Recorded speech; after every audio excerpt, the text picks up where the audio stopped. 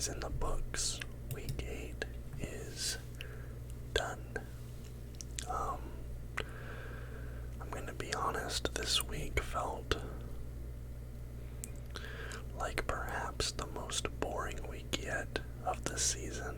I don't know how you guys feel, but for some reason it just felt like, with the exception of maybe 2 or 3 games this week, I can't remember a lot of memorable moments or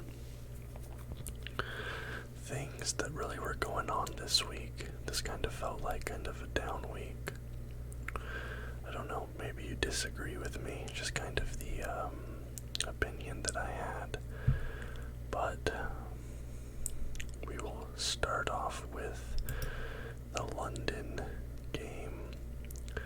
Not in Tottenham Hotspur Stadium this time, it was in Wembley Stadium. I said the Broncos would beat the Jaguars, starting out with a W. What's crazy is that the Jaguars are actually favored in this game by 1.5 points. I know the Broncos have been not great, and there's been a ton of criticism against Russell Wilson in particular so far this season, but I just didn't really see the Jaguars making this a game against the Broncos, at least winning it. I guess they did make it a bit of a game. It was only a 4-point win for the Broncos. Final score is 21-17. And what's really interesting here is that Wilson and Lawrence, you see kind of a direct comparison between them here, because they threw almost the same amount of attempts and they have the same amount of completions, but there's a pretty big gulf in their stats. Russell Wilson went 18 for 30 for 252 yards, 1 touchdown, 1 interception. Trevor Lawrence went 18 for 31, so only 1 more attempt than Wilson, same amount of completions. And Lawrence got 133 yards, 1 touchdown, 2 interceptions, so similar passing stats, but he got over 100 fewer passing yards than Wilson did. Jerry Jeudy had himself a crazy game for the Broncos, 6 receptions for 63 yards and a touchdown. And there were some rumors after this game that there's a couple teams looking into getting Jerry Jeudy. There's been a lot of trades this week. I'll probably go into it a little bit in my prediction video on Wednesday, because it will definitely change the predictions a little bit coming up. But Jerry Jeudy, who is it that's looking at him right now?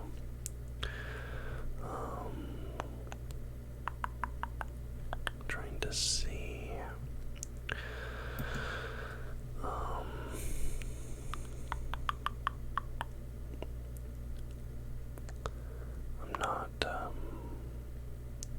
I'm not finding it right now. I think it might have been the Ravens.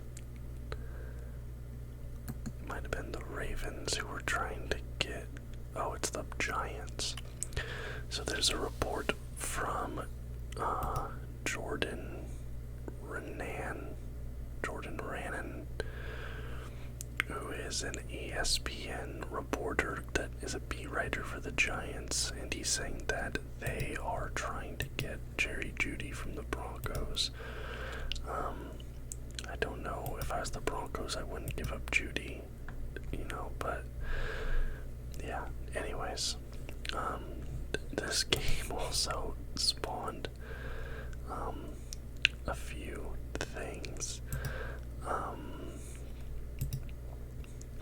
Russell Wilson worked out and stretched for 4 of the 8 hours on the flight from Denver to London. Said he was doing high knees in the smile while the rest of the guys were asleep. Yeah, that was definitely getting memed on all over social media. And then we also, this CBS Sports tweet after the game, it says Trevor Lawrence has a 5-20 career record.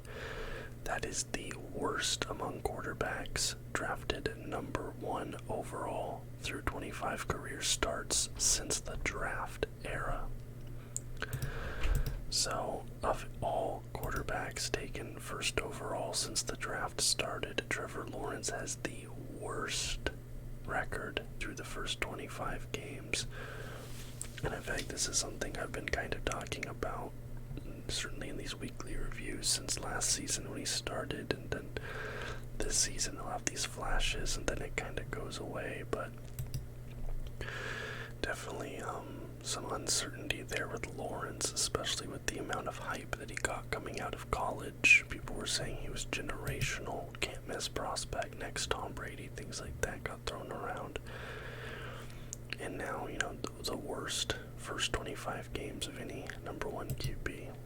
That's pretty alarming. Talking about alarming quarterback performances, we go back to the Patriots and the Jets. Specifically the Jets here with regards to the quarterback comment. I said that the Jets would beat the Patriots. I got that one wrong. Patriots get the W 22-17 in MetLife. Mac Jones in starting at QB. I know there's been a lot of hullabaloo around Mac Jones and Bailey Zappi. It's going to be an ongoing story for this season.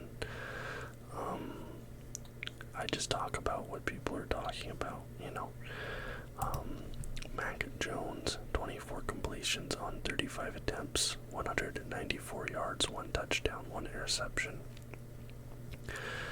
Zach Wilson, he had a lot of yardage here, but 20 completions on 41 attempts, 355 yards, 2 touchdowns, 3 interceptions. And one of those was like one of the worst interceptions I've ever seen. 2 things in particular here I see. It says, according to Pro Football Focus, Zach Wilson is easily the worst passer this year under pressure. Going 9 for 47, so that's a 19% completion rate, with 10 sacks, with a league-high 14% turnover-worthy plays. And that's only when he's under pressure. So it kind of shows, I think Zach Wilson can be decent, and when he's passing under the ideal circumstance, he can be good. But the minute, his line gets blown up and he starts feeling the pressure, he handles that the worst of any QB in the league. People are saying he looks like he's scared to get hit after he got some of those injuries early in his career. He's not running, and instead of just throwing the ball away, he'll throw into double or triple coverage. So that's one thing. If Zach Wilson can, learn to handle that pressure, throw the ball away, maybe use his feet a little bit instead of just throwing it downrange or letting himself get sacked, he might start turning things around a bit. But the Jets are still decent, right? 5-3, but and then there's this article from NFL.com, and it says Zach Wilson's meltdown versus the Patriots raises questions about his long-term future as a franchise quarterback. And basically, what this is saying, says the quarterback who was not involved in a controversy entering the game choked it away with a 3-interception performance that sent the Jets skidding to a 22-17 loss and raised questions about his long-term future as the team's franchise quarterback. This was also their 13th consecutive loss to the Patriots, which is kind of interesting. But yeah, it'll be kind of interesting to see what happens with Zach Wilson going forward. I like the guy. I think like I said, I think he can be good when throwing under the ideal conditions, but those pressure stats are definitely concerning. Alright, we have the Tennessee Titans versus the Houston Texans. I said the Titans would get the W here, and they do. They get me back into the W column. With Ryan Tannehill out injured, you had Malik Willis, rookie QB, making his NFL debut. They didn't have him do too much. There was a lot of running this game. Derrick Henry got 32 carries for 219 yards and 2 touchdowns. So Derrick Henry basically was the Titans' offense this game. 17-10 is the final score. I'm not sure if I said that already. Malik Willis got 6 completions on 10 attempts, 55 yards, no touchdowns, 1 interception. Thankfully for him, being a rookie, that was not a pick 6. Davis Mills in for the Texans, 17 completions on 29 attempts, 152 yards, 1 touchdown, 1 pick. But yeah, it was pretty nice win there for Malik Willis, getting the W in his first NFL start, and the Titans being able to get the win and maintain their momentum with Tannehill out injured. And Derrick Henry, just an absolutely monster performance, and this game put him in the lead, the most touchdowns of any running back in Tennessee Titans franchise history. So that's a nice game there for Derrick Henry. Nice spot in the history books for him. Alright. Next up, I said the Ravens would beat the Buccaneers. And they did. This one was pretty close. 5-point game. 27-22 is your final score in favor of the Ravens. And on the week that it finally got officially confirmed that Tom Brady and Giselle are getting a divorce, obviously there's been rumors and signs kind of pointing that direction. It was officially confirmed this week, and Tom Brady is now 2 games below 500 for the first time in his career. And they have the Rams up next, which the Rams are good. They've been definitely not as good this season. I do think that's a winnable game for the Buccaneers, though, as dysfunctional as that is. He might get back up to only 1 game below 500, but yeah, definitely the worst year of Tom Brady's career so far. And we knew it'd happen eventually, but with the continuity on this Buccaneers team, I really wasn't expecting them to be 3-5 at this point. I'd more likely to expect them to be 5-3. Lamar Jackson had 27 completions on 38 attempts, 238 yards, 2 touchdowns, 0 interceptions. Tom Brady, 26 completions on 44 attempts, 325 yards, 1 touchdown, 0 interceptions. Definitely if you're a Tom Brady fan, if you're a Buccaneers fan, definitely a troubling last few games. There's definitely dysfunction with the team, but I do think they can bounce back and get a win next week. I think that's definitely possible. Alright, Raiders at Saints in New Orleans. I said the Raiders would win. They did not. And not only did they not win, like, they looked bad. Derek Carr looked bad. The whole offense looked bad. Nobody on that team was interested in stopping Alvin Kamara. Alvin Kamara wasn't interested in being stopped. Final score 0-24 in favor of the New Orleans Saints. Andy Dalton needed that after putting up that terrible performance last week. He went out there, he put on a show. Derek Carr, 15 completions on 26 attempts, 101 yards, 0 touchdowns, 1 interception. Andy Dalton, great game from Andy Dalton, 22 completions on 30 attempts, 229 yards, 2 touchdowns, 0 interceptions. The Red Rocket went out there and just killed the game. And Alvin Kamara, he went off. 18 carries for 62 yards, 1 rushing touchdown. He also had 2 receiving touchdowns.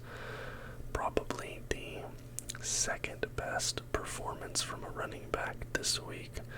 We'll get to that a little bit later when we get to the Niners game on what was the best running back performance this week. Alright, next up, I said the Eagles would beat the Steelers, and they did. The Eagles remain undefeated, and I am not going to predict them losing any games until they finally do. The Eagles are 7-0 right now, and A.J. Brown is looking like just an incredible receiver for them. A.J. Brown went off this game.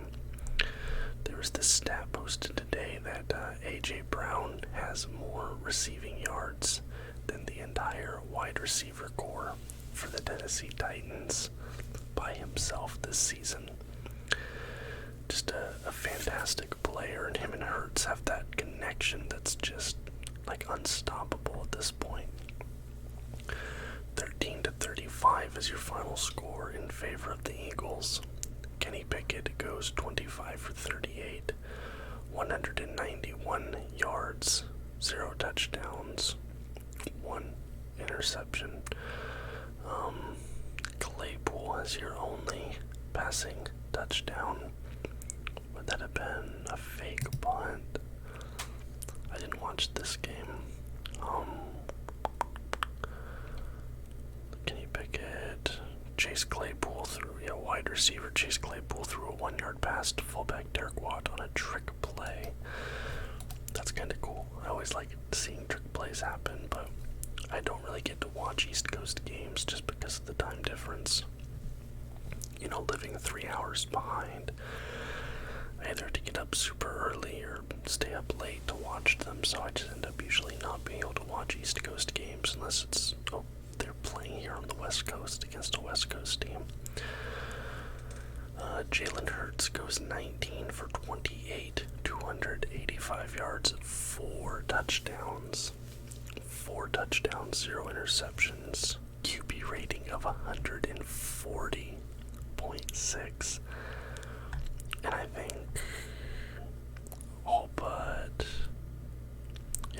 one of his touchdown throws was to A.J. Brown. A.J. Brown had 3 touchdowns this game. 6 receptions for 156 yards.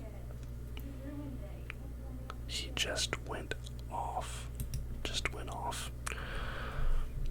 Alright. Yeah, the Eagles still undefeated. That's absolutely crazy. I thought the Eagles would be decent this year, but there's no way I was expecting them to, be undefeated and look like one of, if not the best teams in the NFL. They're right up there with the Bills for me. And let's see, I feel like Jalen Hurts has to be the MVP favorite right now. NFL MVP odds, let me take a look. Currently, and this was updated today on the 31st, Josh Allen is your favorite, followed by Patrick Mahomes, and then Jalen Hurts. That's crazy. In fact, Jalen Hurts should be higher than that. Alright.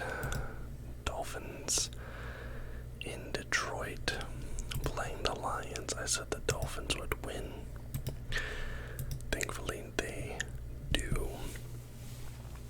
Final score 31-27 in favor of the Dolphins. Honestly, for most of the game, this looked like it could have gone either way. This was pretty back and forth for a while. But the Lions just could not get on the board in the second half.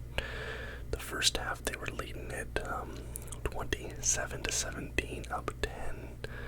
They came out hot.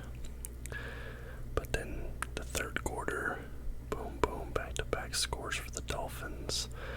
Waddle getting 2 touchdowns, just an absolutely monster performance from Jalen Waddle, who continues to impress me.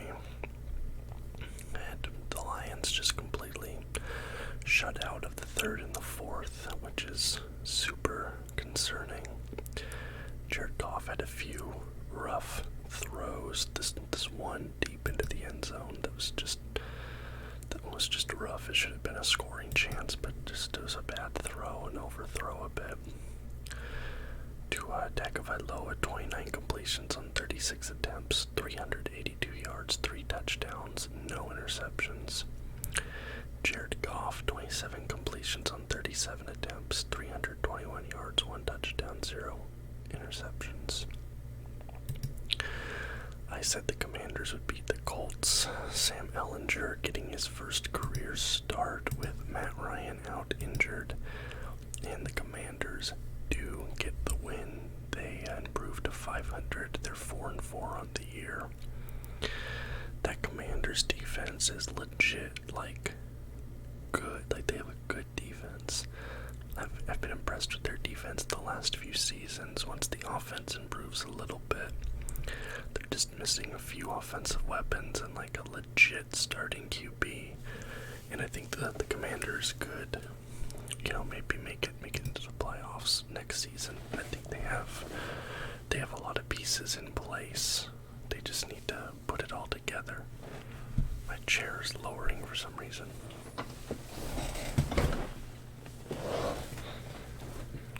That was absurd. It was just inching down. 17-16 is your final score. I think I said that already, and I think it was there was a missed field goal at the end of the game, I think, for the Colts, if I'm remembering correctly. I don't know, this game was a couple days ago. I think this was a Thursday game. No, this was not Thursday. But I forgot, but I think it was a missed field goal at the end of the Colts. Taylor Heineke, 23 completions on 31 attempts, 279 yards, 1 touchdown, 1 pick. Not a bad game from Heineke. Sam Ehlinger in his first career start. 17 completions, 23 attempts, 201 yards, 0 touchdowns, 0 interceptions. Honestly, not a bad game from Ehlinger. Got him into good field position. Jonathan Taylor was a little quiet, 76 yards on 16 carries. But this was a close game. Indiana was 2.5-point favorite, but I just thought that the Commanders' defense would edge them out a little bit, and that was the difference. Alright, the Packers at the Bills. First time in Aaron Rodgers' career that he has been a double-digit underdog. I said the Bills would win, and they did. Final score 27-17 in favor of the Bills.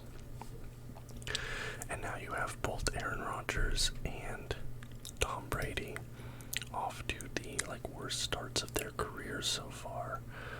And then you throw in how Russell Wilson's been performing, and it kind of seems like the old guard of the top quarterbacks in the league are all sort of struggling right now. There's maybe a bit of a changing of the guard going on this season in the NFL, transitioning from the old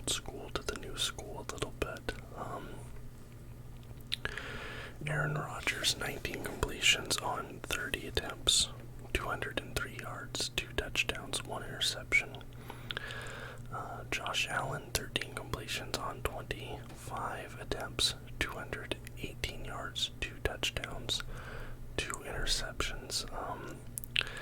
Yeah, Josh Allen, like the second half, I think they might have both been in the fourth quarter, but like Buffalo was looking real good all game, and then in the fourth quarter, Josh Allen kind of just looked bad. I think he threw both of those interceptions in the fourth quarter. Like, he just started throwing picks, and he like looked rough at the end of the game. The Packers defense was getting to him a bit, and if the Packers could have played defense like that all game long, I think they probably would have won this game. But yeah, the end of this game was just weird. Like, the Packers just turned it on late, and the Bills turned it off late, but wasn't enough to affect the final outcome of the game. And my chair keeps dropping. Hold on, I'm going to pause this recording and see if I can fix it. Hopefully that fixed it. It's just like a cheap gaming chair from Amazon, so it's not like anything special. But anyway, next up, I said the Bears would beat the Cowboys. This was one of my upset picks. Thought, maybe carrying that momentum, but nope, did not get the upset. Although Justin Fields did look good, but Dak Prescott and that Cowboys offense was just crazy. CeeDee Lamb and Tony Pollard went off. 49-29 is your final score in a game that had an over-under of 42.5. So the Cowboys by themselves pushed the over, which is just crazy. One of the highest scoring football games I've seen in a while. I think we had another high scoring game this season, but I think it might have been that Seahawks. We'll get to it. It's gonna drive me crazy. I'm gonna look right now. I think it was a Seahawks game that had a pretty high score. Go to the schedule. Yeah, the Lions game, 48-45, a couple weeks back. But yeah, so similar to this, just a really high scoring game. Chair's dropping again. It is what it is. Yeah, but Justin Fields, I thought, had a pretty good game.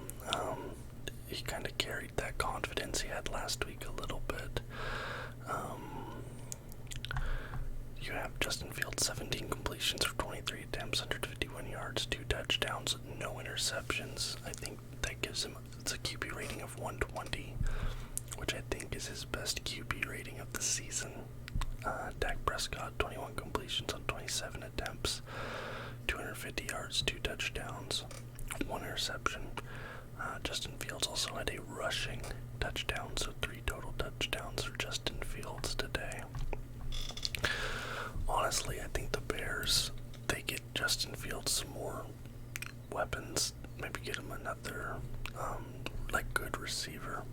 I think they could, start making some more noise. Okay, I'm gonna just drop my camera a bit and just take my seat down. This is what it's gonna do. Okay, this is what it wants to do, I guess. We're just gonna let it ride it out. Okay. Next up, I'm just continuing to sing. Hold on. All right, so this is just my camera angle now. I'm just a short little guy now, I guess. Sorry for all the pauses in this video. Alright, I said the Vikings would beat the Cardinals. We get back into the W column. Vikings are 6-1. That is the best start for a Vikings team I can remember in a hot minute. Final score is 34-26. Kyler Murray, 31 completions on 44 attempts, 3 touchdowns, 2 interceptions. Kirk Cousins, 24 for 36, 230 132 yards, 2 touchdowns, no interceptions. I feel like Kirk Cousins has not thrown that many picks this season. It feels like maybe I don't know, maybe I'm not remembering, but it feels like Cousins has had really good ball security all season. Maybe I can check that. Kirk Cousins stats for the season right now. He has 11 touchdowns, 5 interceptions. That's 11 and 5. I feel like he has more touchdowns than that. That's kind of crazy to me. I don't know. Anyways, 34-26 is your final score, as I said. Cousins also had a rushing touchdown. You don't see that very much from old Kirk, especially because it was a 17-yard rush. So it's not like it was a QB sneak or anything. That was like a 17-yard rush. He was like going for it. I don't know if I've ever seen old Kirk do that before. Old man. Alright. Panthers in Atlanta playing the Falcons. I said the Falcons would win this game. Maybe a bit of an upset pick, I don't know, but the Falcons do win, and they are now in first place in the NFC South, just as we all predicted when the season started. But PJ Walker is now your starting quarterback for the Carolina Panthers. Baker Mayfield has gotten benched, and I don't think anybody was really expecting that to happen. But PJ Walker has to be the best success story to come out of the XFL after it got dissolved because of COVID. PJ Walker was a starting QB in the XFL. Came in, he was like your third string guy in Carolina, right? Because you had Mayfield and you had Darnold, and then Walker would be your third string guy. And he's now your starting QB for the Panthers. And Mayfield is backing him up, which is just crazy. This is like the worst year of Baker's career by far. This game goes to OT, 37-34, your final score. I think I said that already. PJ Walker, 19 completions on 36 attempts, 317 yards, 1 touchdown, 1 interception, and his passing touchdown, you should go watch the highlight for that touchdown. 62 yards, touchdown. Just a crazy passing play. They have a few angles of it. Definitely a good one that you should go check out, that Walker passing touchdown. Marcus Mariota had 20 completions on 28 attempts. It's nice to see that they're allowing Mariota to pass the ball a bit more often. 253 yards, 3 touchdowns, 2 interceptions. None of those interceptions were pick sixes. Unfortunately, PJ Walker, his lone interception was a pick 6. Alright, the big game for me this week, as a Seahawks fan, I said the Seahawks would beat the Giants. I thought it was a bit of a homer pick. The Seahawks were favored, but the professional predictions were basically 50-50 on all the networks. Half the people were saying New York, half the people were saying Seattle, but the Seahawks beat the Giants. Final score 27-13. This guy, DK Metcalf, started the scoring with a nice touchdown. And it's very possible that the Seahawks have the Offensive Rookie of the Year on their team with Kenneth Walker III. Kenneth Walker is an absolute beast, dude. Got a great touchdown this game. He broke it off, not even a designed play. He had to, run the other way from the design. Broke a couple tackles, got got in for his rushing touchdown at the end of the game, 16-yard rush.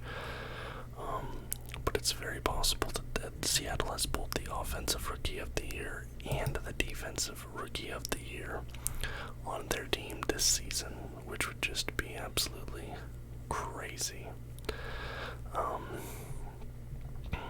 Alright, get to your stat lines here. Daniel Jones, 17 completions on 31 attempts, 176 yards, no touchdowns, no picks. Geno Smith, the GOAT, 23 completions on 34 attempts, 212 yards, 2 touchdowns, no interceptions. Great game from Geno. Great game from Kenneth Walker. The defense, Seattle looked really good this game. Alright. I said that the Niners would beat the Rams, and they did, and this is the first game where you look at Christian McCaffrey and you're like, alright, yeah, this is why they got this guy. He kind of, the first game, he wasn't really, into the system yet, still learning that system. This game, Christian McCaffrey had a hat trick, which means he had a receiving touchdown, he had a rushing touchdown, and he had a passing touchdown. And for some reason it doesn't show it here on the website, but on the app it said that was the last time that it happened was, let me pull it up, first player since 2005 with a passing, rushing, and receiving touchdown in a single game. So an extremely rare feat there for Christian McCaffrey. 31-14 in favor of the Niners. Jimmy Garoppolo, 21 completions on 25 attempts, 235 yards, 2 touchdowns, 0 interceptions. Matthew Stafford, 22 completions on 33 attempts, 187 yards, 1 touchdown, 0 interceptions. And then Christian McCaffrey, 1 completion on 1 attempt, 34 yards, 1 touchdown, 0 interceptions. So just that human highlight reel, Christian McCaffrey, and definitely a difference maker in this game, and I'll expect him to be a difference maker like that going forward this season after kind of a quiet first week with the team, but that's to be expected a little bit. Finally, I said the Bengals would beat the Browns, but no, this game just finished a moment ago, and the Browns beat the Bengals 32-13. Cincinnati was a 3.5 point favorite this game. Joe Burrow, 25 completions on 35 attempts, 232 yards, 2 touchdowns, 1 interception. Jacoby Brissett, 17 completions on 22 attempts, 278 yards, 1 touchdown, 0 interceptions. Nick Chubb, 23 carries for 101 yards and 2 touchdowns. Just crazy. Brissett also had a rushing touchdown, 3-yard rush, so 2 touchdowns for him on the game. But man, Bengals are 4-4, especially in a game they were favored. This is just a pretty bad loss for them. I don't think many people would have picked the Browns in this game. I certainly didn't. I don't know, maybe somebody else would have. Alright, so we have 15 games this week, and I went 11 for 15. Not as good as last week. Last week was something special. Okay, 11 for 15. I pull out my calculator. 11 divided by 15. 73% on the week. Not bad. 73%. Now we update our season totals. So we are at 75.5 out of 123 95.5 out of 123. By 1, 2, 3. Last week we were at 60%. This week we're at 61%. So we are slowly but surely getting better. Alright, well, there it is, week 8 done. Sorry for some of the pauses and noises in the background. It is Halloween today, and we've had kids coming in and out knocking on the door for the last few hours. I tried to cut around it when possible, but obviously going to be difficult. Anyways, thank you guys so much for watching. If you enjoyed the video, please leave a thumbs up and subscribe to the channel for more content just like this pretty much every single day. Until next time, guys. Bye-bye.